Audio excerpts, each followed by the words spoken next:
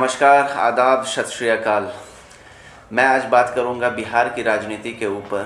साथ में अमेरिका में जो जो बाइडेन ने ओथ सेरेमनी में जो भी कहा है, 17 ऐसे बिंदुओं के ऊपर उन्होंने फैसला लिया है कि उसके ऊपर सबसे पहले काम करेंगे। तो बिहार की राजनीति में जिस तरीके से देख रहे हैं, आए दिन कुछ ना कुछ ट्विस्ट हो रहा है। और जब सैयद शाहनवाज हुसैन जो पूर्व में केंद्रीय मंत्री थे, उनको बिहार के राजनीति में यानी कि स्टेट लेवल के पॉलिटिक्स में पहली बार लाया जा रहा है। अब इसके पीछे कारण क्या है, क्यों ऐसी बीजेपी कर रही है? बीजेपी ने इससे पूर्व में कभी भी ऐसा दाव नहीं खेला था। आज अगर बीजेपी सैयद शाहनवाज हुसैन को लेकर के आ रही है बिहार के स्टेट पॉलिटिक्स के राजनीति में, तो इसका मतलब तो कुछ है। और उस मतलब को आज हम आप लोगों को समझाएंगे। समझना पड़ेगा कि सैयद शाहनवाज हुसैन जो कि लोकसभा का इलेक्शन नहीं लड़े थे, और उन्होंने पहले एक इल्ज़ाम लगाया था नीतीश कुमार के ऊपर कि नीतीश कुमार के वजह से उनको जो है उनकी वो सीट नहीं मिली। कहीं ना कहीं से नीतीश कुमार ने जो है सो पत्ता उनका काटा था, ये उनका बोलना था। लेकिन अब सब कुछ बहुत सही है, मधुर संबंध है। और बताया जा रहा है कि नीतीश कुमार के कैबिनेट में जो अभी मंत्रिमंडल का विस्तार होगा, उसमें सैयद शाहनवाज हुसैन को बहुत ही बड़ा भूमिका निभाना है। और वो भूमिका कैसे निभाएंगे वो हम बाद में बताएंगे। तो अभी नामांकन उन्होंने एमएलसी का कर दिया है। नामांकन करने के बाद वो जीत भी जाएंगे, क्योंकि नामांकन के बाद उसमें कुछ है नहीं, वो औपचारिकता है, सिर्फ निभाना है, वो उनको जीतना तय है। साथ में ये इसलिए किया जा रहा है कि भाजपा चाह रही है कि मुस्लिम जितने भी वोटर्स हैं जो उनसे छिटके हुए हैं और जो जदयू से छिटक गए हैं, उसको जो सो साधे, उसको अपने झोली में, उनके जो भी वोटर्स हैं मुस्लिम के, वो उनके झोली में, और इससे और भी मजबूती मिलेगी भाजपा को। इसी चीज़ को देखते हुए सैयद शाहनवाज हुसैन को लाया गया है। अब कहाँ तक, ये तो भविष्य के गर्भ में है कि कहाँ तक इसका फ़ायदा मिलेगा भाजपा को, क्योंकि भाजपा हमेशा दो चार जो चेहरा है उनके पार्टी में, चाहे वो नकवी साहब हो, सैयद शाहनवाज हुसैन हो, इन्हीं को लेकर के आती है और बताती है कि मुस्लिम के हितैषी हैं। मुस्लिम के हितैषी बनने के लिए क्या भाजपा को नहीं समझना चाहिए कि नए जो लीडर हैं, चाहे वो युवा में हो या कोई भी हो, उनको लेकर के आए, भाजपा दिखाए कि सही मायनों में इन चेहरों के अलावा भी मुस्लिम के ऊपर जो है विश्वास जता सकती है पार्टी, और पार्टी में आगे बढ़ा भी सकती है, वो मजबूती प्रदान कर सकती है। लेकिन ऐसा नहीं देखा गया। हमेशा ये चीज़ होता है कि सैयद शाहनवाज हुसैन को लाया जाता है या नकवी को लाया जाता है। और नकवी साहब को लेकर के माइनॉरिटी में भी जिस तरीके से होता है, तो बताते हैं कि हाँ भाई, कुछ लोग हैं जो समझते हैं कि सही मायने में बीजेपी जो सोचती है, लेकिन अधिकांश लोग इस चीज़ से इत्तेफाक नहीं रखते।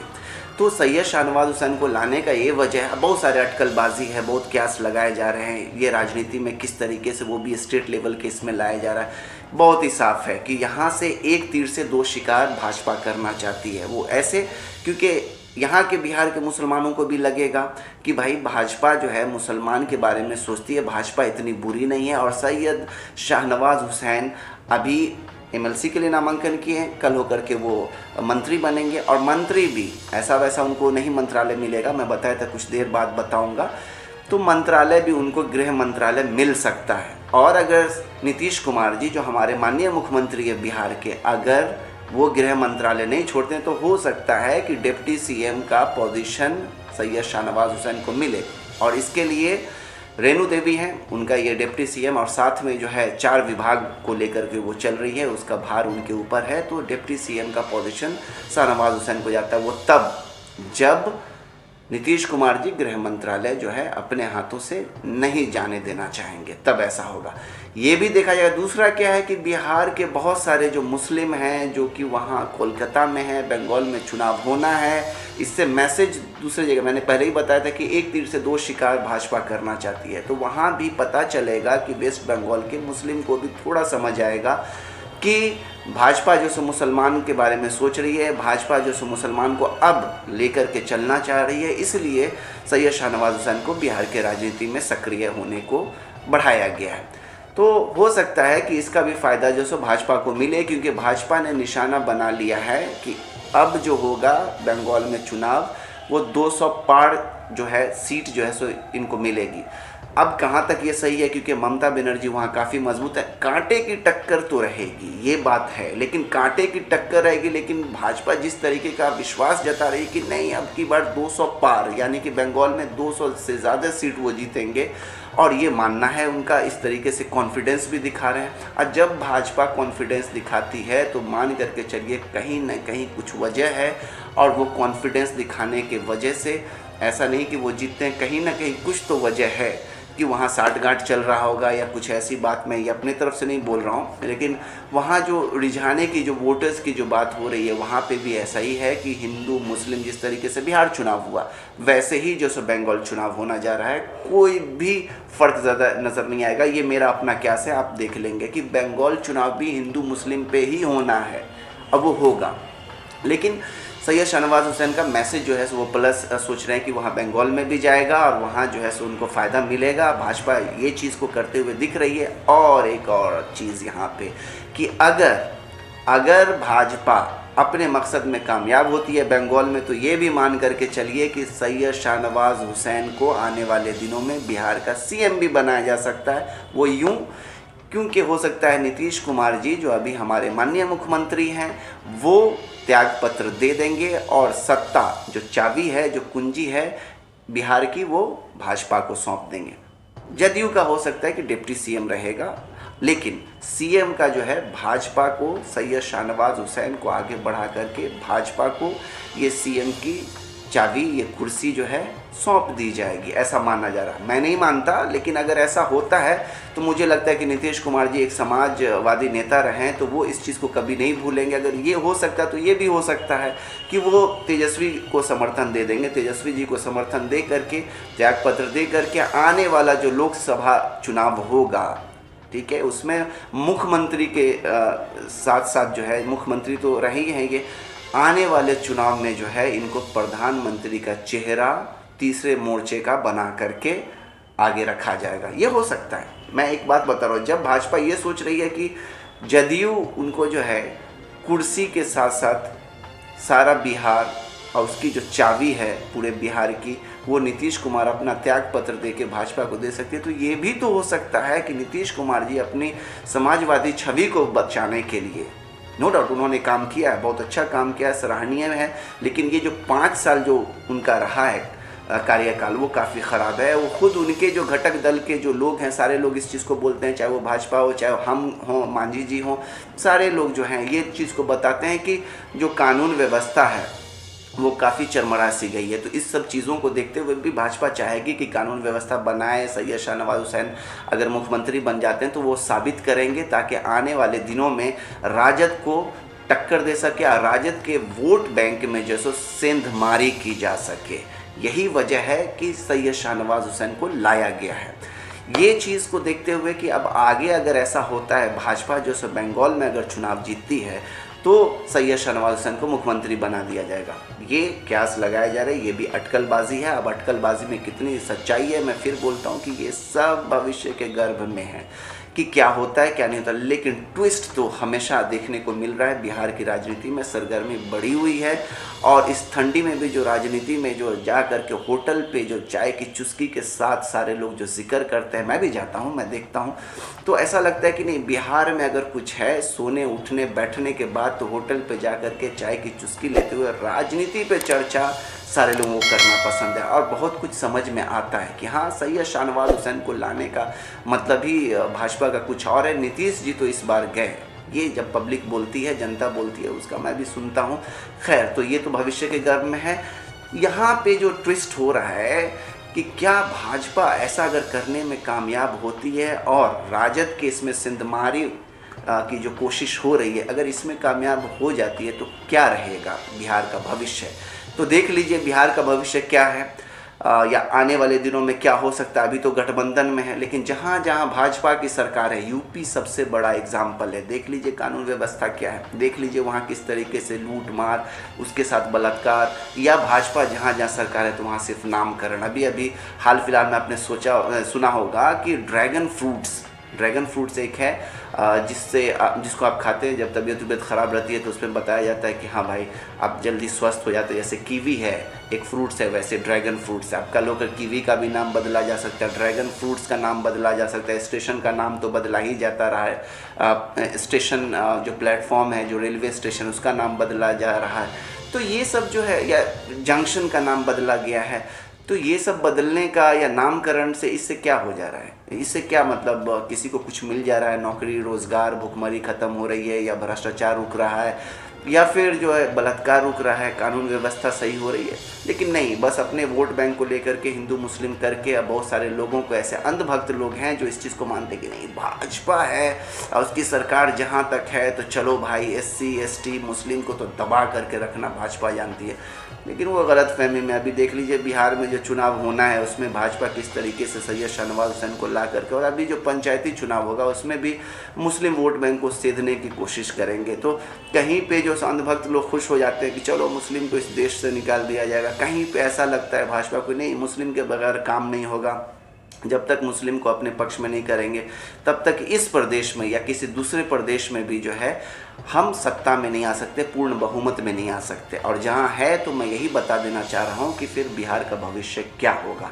तो ये तो हो गई बिहार के राजनीति को लेकर के, बिहार के भविष्य को लेकर के, क्यों शाहनवाज हुसैन को लेकर के आया जा रहा है, भाजपा का मकसद क्या है, और सिर्फ यही पुराने चेहरे को क्यों दोहराया जा रहा है, नया चेहरा को क्यों नहीं। क्या इसी की वजह से हम मान लें कि ये भाजपा हितैषी है, मुस्लिम हितैषी है? अगर ऐसा है तो बहुत सारे बेगुनाह लोग जो है आज भी जेल के अंदर है। बहुत सारे बेगुनाह लोगों को बिना कोई तथ्य के, बिना कोई जानकारी के, और ट्रायल के लिए एक तो लंबा समय जाता है, उसके बाद जैसे उनकी एक जो उम्र होती है 10 साल 20 साल जेल में पड़े हुए हैं जो लोग हैं, उसको निकाले, उसको जो है भाजपा साबित करे कि हाँ भाई मुस्लिम हितैषी है। एक हाथ में कुरान, एक हाथ में कंप्यूटर की बात करते हैं। तो ये जो कुरान और कंप्यूटर किसके हाथ में देखना चाहते हैं? बताए कहाँ कहाँ पे जो ऐसा काम किए हैं जिसकी वजह से एक हाथ में कुरान और एक हाथ में कंप्यूटर। बोलने से कुछ बदलाव नहीं होगा, बोलने से कुछ बदलाव नहीं होगा। आपकी नीयत और नीति और मंशा सही होनी चाहिए, तभी जाकर के देश का विकास हो सकता है, प्रदेश का विकास हो सकता है, और किसी भी धर्म जाति समुदाय का विकास किया जा सकता है। सिर्फ बोलने से कुछ नहीं होता। विश्वास हासिल करना पड़ेगा। विश्वास तभी हासिल होगा जब आप काम करेंगे, तब जनता के दिलों में आप जो है एक छवि बना पाएंगे अपना। खैर, अब बढ़ते हैं अमेरिका की तरफ। अमेरिका में जो बाइडेन ने ओथ ले लिया है, अब वो 46th प्रेसिडेंट बने, राष्ट्रपति वहाँ से बने। मज़े की बात यह है कि जो ट्रंप ने गलत फैसला लिया था वो सारे फैसला को पलटने जा रहे हैं, और उन्होंने लगभग 17 ऐसे बिंदुओं के ऊपर जो है बताते हुए बताया कि ये काम जो है हम पूरा अपने कार्यकाल में करेंगे। ये तो 17 है जो पहले हम इस बिंदु पे काम करेंगे, उसके अलावा भी जो काम रहेगा सिर्फ और सिर्फ अमेरिका के लिए, अमेरिका के जनता के लिए और वहाँ की डेमोक्रेसी के लिए। जो ट्रंप के कार्यकाल में पूरी तरीके से ध्वस्त हो गया था उसको फिर से वो पटरी पे लाएंगे। जिस तरीके से कोविड की महामारी में अमेरिका सबसे ज़्यादा 4 लाख से ज़्यादा लोगों की वहाँ मृत्यु हुई थी, अमेरिका इस चीज़ को नागवार मानता है कि एक राष्ट्रपति जिसको अपने देश के हित में सोचना चाहिए, कोविड के कॉम्बैट के लिए जिस तरीके से एक एक्शन प्लान तैयार करना चाहिए था, वो ट्रंप ने नहीं किया था, और इसके वजह से इतने सारे लोगों की जान गई। तो अब मैं बता देना चाहता हूँ कि सबसे पहले अमेरिका के जो बाइडेन अभी नए राष्ट्रपति बने, 46th राष्ट्रपति, वो कोरोना वायरस रिलीफ फंड जो है सो रिलीज़ करेंगे। और इसमें अमेरिका में, पूरे अमेरिका में जो है सो सोशल डिस्टेंसिंग का पालन तो होगा ही, मास्क तो लगाएंगे ही, लेकिन ये जो रिलीफ है ये उनके बेहतरी के लिए, ताकि कोरोना वायरस और उससे कॉम्बैट करने के लिए ये रिलीफ का यूज़ होगा। ये पहला ऐसा है। दूसरा कि WHO यानी कि वर्ल्ड हेल्थ ऑर्गेनाइजेशन, उससे भी जो है अमेरिका को ट्रंप ने बाहर निकाल लिया था, और उस पर ये इल्ज़ाम लगाया था कि जो WHO हेल्थ ऑर्गेनाइजेशन है यानी कि वर्ल्ड हेल्थ ऑर्गेनाइजेशन है, वो कहीं ना कहीं कुप्रबंधन यानी कि मिसमैनेजमेंट, सही तरीके से काम नहीं कर रही है। उनका इंक्लिनेशन सबसे ज़्यादा जो है चाइना के तरफ है, ये उनके ऊपर इल्ज़ाम लगाया गया था WHO के ऊपर, और इस वजह से जो है अमेरिका को अलग कर लिया गया था। लेकिन अब क्या है, जो बाइडेन WHO यानी वर्ल्ड हेल्थ ऑर्गेनाइजेशन में फिर से शामिल होंगे।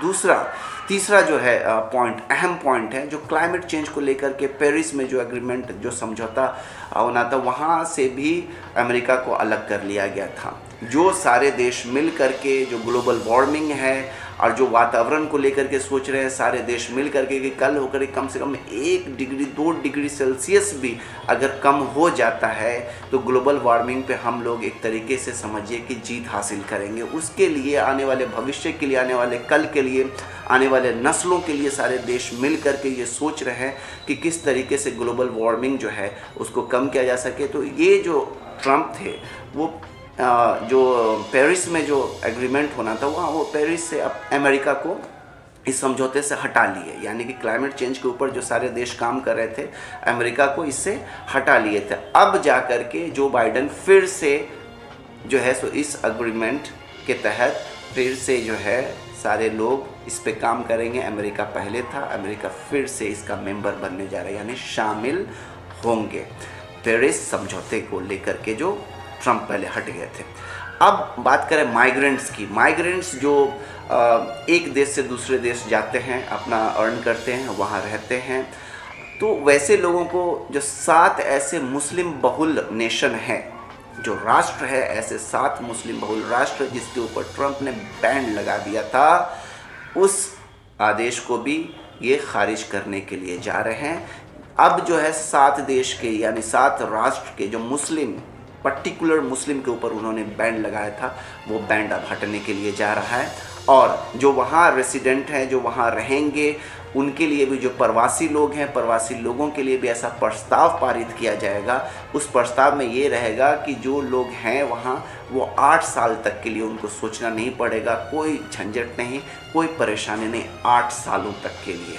ये सबसे अहम जो सो फैसला है। और अमेरिका की अर्थव्यवस्था को, जो इकोनॉमिक क्राइसिस है वो पूरे वर्ल्ड में हुआ कोविड को लेकर के, लेकिन जो इकोनॉमिक कंडीशन है, जो अर्थव्यवस्था है, जो चरमरा सी गई थी, जो पटरी से उतर गई थी, उसके लिए भी 1.9 ट्रिलियन डॉलर जो सो निवेश किया जाएगा, ताकि अमेरिका को फिर से जो सो इकोनॉमिक जो क्राइसिस हुई है, अमेरिका को फिर से जो अर्थव्यवस्था के पटरी पर लाया जा सके, सुधारा जा सके, जो चीज़ भी हो अमेरिका के हित में हो। उन्होंने बता दिया है कि जो गलती ट्रम्प के रहने से और इस देश को जो है सो झेलना पड़ा, जो बदनामी हुई है और जिस तरीके से अर्थव्यवस्था जो चरमरा सी गई है, पटरी से उतर गई है, साथ में जो है सो बेरोज़गारी बढ़ी है, वो सारे चीज़ को जो है उस सारे फैसलों को बदल करके राष्ट्रहित में अमेरिका के लिए, बेहतर लोकतंत्र के लिए काम करेंगे।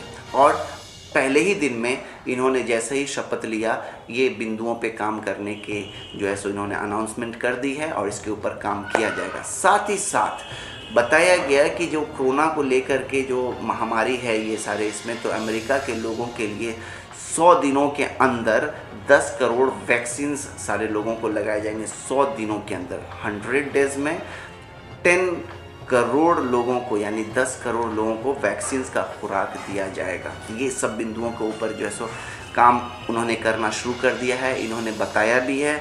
और बहुत सारे लोग, जितने भी लोग हैं, ये शपथ ग्रहण वाले दिन में हमारे प्रधानमंत्री भी, मोदी जी भी उनको मुबारकबादी दी है, बधाई दी है, दलाई लामा ने भी उनको बधाई दी है। हर तरफ से, दुनिया के हर एक कोनों से उनको बधाई दिया जा रहा है। और जो उनकी सोच है, उनकी सराहना की जा रही है। जिस तरीके से जो ट्रम्प ने आनन फानन में जो भी हुआ, जिस तरीके से हुआ, अपना फैसला लेते थे, हेस्ट में लेते थे, बिना किसी से पूछे हुए, बिना प्रस्ताव को पारित किए हुए, जिसका खामियाजा अमेरिका भुगत चुकी है। और जो बाइडन ने अपने ओथ में भी जो इशारे में उनको भी एक रिस्पेक्ट के तौर पे बताया कि जो यहाँ नहीं आए हैं, जो हमारे शपथ ग्रहण में जिनको इनवाइट किया गया था और जिन्होंने देश की सेवा करने का जिसको मौका मिला, मैं उनका भी शुक्रगुजार हूँ। तो ये ट्रम्प के ऊपर था, क्योंकि देश का सेवा करने का मौका उनको मिला है। अभी करंटली वही प्रेसिडेंट थे। ट्रम्प का देखिए, अगर वो राजनीति जानते, पॉलिटिक्स जानते, पॉलिटिक्स की बारीकी को जानते, तो कम से कम जो सो ओथ सेरेमनी में उनको रहना चाहिए था। लेकिन इतनी जलन, हसद, और अभी भी वो अपने हार को जो है एक्सेप्ट नहीं कर रहे हैं, दिल से जो सो उतार नहीं पा रहे हैं, जहन से निकाल नहीं पा रहे हैं। वो पहले ही अमेरिका छोड़ के वो ओथ सेरेमनी में रहे नहीं, वो चले गए थे। खैर, लेकिन जो बाइडेन ने एक जो रास्ता बनाया है, जिस तरीके से इन बिंदुओं के ऊपर काम करने की जो बात बताई है, वो काबिल तारीफ़ है, सराहनीय है। और किसी भी देश के जो राष्ट्रपति हैं, प्रधानमंत्री हैं और जो भी नुमाइंदगी करते हैं, रहबरी करते हैं, जो लीडर हैं, उनको इसी तरीके से सोचना चाहिए। सिर्फ बोल करके आप देश का भविष्य नहीं संवार सकते, देश को विश्व गुरु नहीं बना सकते, देश को 5 ट्रिलियन इकोनॉमी नहीं बना सकते। उसके लिए एक नीयत होनी चाहिए, मंशा होनी चाहिए। देश में जो इंटरनल डिस्प्यूट्स है उसको ख़त्म करना चाहिए। एक और चीज़ मैं बता देना चाहता हूँ, साथ साथ मैं मिस कर रहा था कि रासिज्म को लेकर के जो अमेरिका में काला और गोरे को लेकर के जो भेदभाव है, उसके ऊपर भी उन्होंने बता दिया है कि इस चीज़ को ख़त्म करेंगे, इसके ऊपर काम करेंगे और सबको इक्वल राइट्स मिलेगा। जो नेशन है, जो कॉन्स्टिट्यूशन वहाँ की जो बताती है सबको इक्वल राइट्स देने की, वो इक्वल राइट्स मिलेगा। कोई नस्ल भेदी नहीं रहेगी, कोई रासिज्म नहीं रहेगा, कोई काला गोरे का भेदभाव नहीं रहेगा। तो ये था कि बिहार को लेकर के किस तरीके से अभी चल रहा है राजनीति, उसके ऊपर मैंने अपनी एक सोच बताई। वैसे ही अमेरिका के ऊपर किस तरीके से जो बाइडेन ने सारे जितने भी फैसले थे, गलत फैसले थे ट्रंप ने लिए थे, वो सारे फैसलों को पलटने के लिए जा रहे हैं और इन सब बिंदुओं के ऊपर काम होगा। जैसे कि WHO को लेकर के हो, पेरिस एग्रीमेंट में जो क्लाइमेट चेंज वाला हो, उस चीज़ को लेकर के हो, या फिर कोरोना वायरस से कॉम्बैट करने के लिए जो रिलीफ उन्होंने दिया है, वो चीज़ कॉम्बैटिंग के लिए रहेगा, उससे जूझने के लिए रहेगा। बहुत सारे जो लोग हैं उनको ग्रांट मनी भी दिया जाएगा। ग्रांट मनी ऐसा मनी है बढ़ता है, वो वहाँ के लोगों को सक्षम बनाने के लिए, आत्मनिर्भर बनाने के लिए गवर्नमेंट की तरफ से ये मनी दी जाती है, grant money, which is not to be refunded. तो ये जो चीज़ है, इस चीज़ को समझना पड़ेगा कि देखिए आते ही किस तरीके से उन्होंने एक अनाउंसमेंट की है और आते ही किस तरीके से उन्होंने ताबड़तोड़ जो ट्रंप के गलत फैसले थे उस गलत फैसले को बदलना शुरू कर दिया है। और इससे जो जितने भी इस्लामिक कंट्री है जिसके ऊपर बैंड लगा था, जो माइग्रेंट्स हैं वो भी काफ़ी खुश हैं। जो जितने भी डेमोक्रेसी को मानने वाले लोग हैं, जो प्रजातंत्र लोकतंत्र को मानने वाले लोग हैं, वो भी काफ़ी खुश हैं। इवन की जो ट्रंप की जो पार्टी है, रिपब्लिकन पार्टी, वो भी इस फैसले से काफ़ी खुश है। और बहुत सारे उनके भी सांसद जो है जो बाइडेन को जो सराह रहे हैं। इसी वजह से जो महाभियोग, जो इम्पीचमेंट की बात होती है दूसरी बार, तो उनके भी सांसद 10 उसके अगेंस्ट में जा करके कि ट्रंप को जो है सो जितनी जल्दी हो देश से निकाला जाए या इस पद से हटाया जाए, और उस चीज़ को लेकर के वो प्रस्ताव भी पारित। अब फिर से बैठक होगी, सीनेट का क्या होता है नहीं होता है वो फिर बताया जाएगा। अभी तो ओथ सेरेमनी हुआ, लेकिन ये सब पॉइंट्स काफ़ी सराहनीय है।